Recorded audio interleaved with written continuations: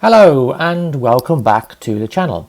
So in this video I'm going to cover a really neat little thing you can use on a MacBook, and that's three-finger window dragging. So that means that you haven't got to click and hold and drag something around, which often can be a bit of a pain in the arse and not really work that well. This is a way of placing three fingers on the window and dragging it around. So let me show you quickly how you set that up. So on your Mac, click on the Apple logo, top left hand corner of the screen, and come down to where it says either System Preferences or System Settings if you're using Ventura. So click on that and then come down to, now you'll never guess it, not Trackpad. You would think that you'd set this up in Trackpad, but actually you don't. You set it up somewhere else. You actually have to set it up in Accessibility.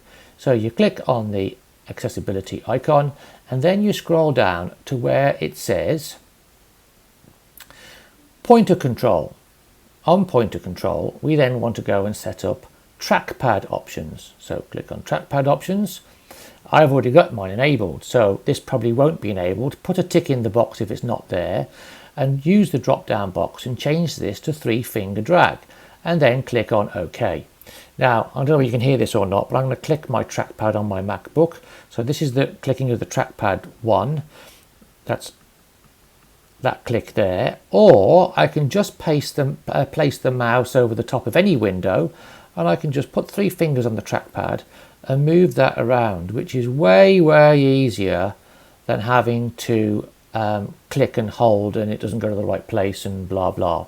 So there you go. That's how to set up three-finger dragging on your MacBook. I hope you've enjoyed the video. Don't forget to like and subscribe and hit the notification bell icon. That way you'll get to know when I post my next video. That's it. Bye for now.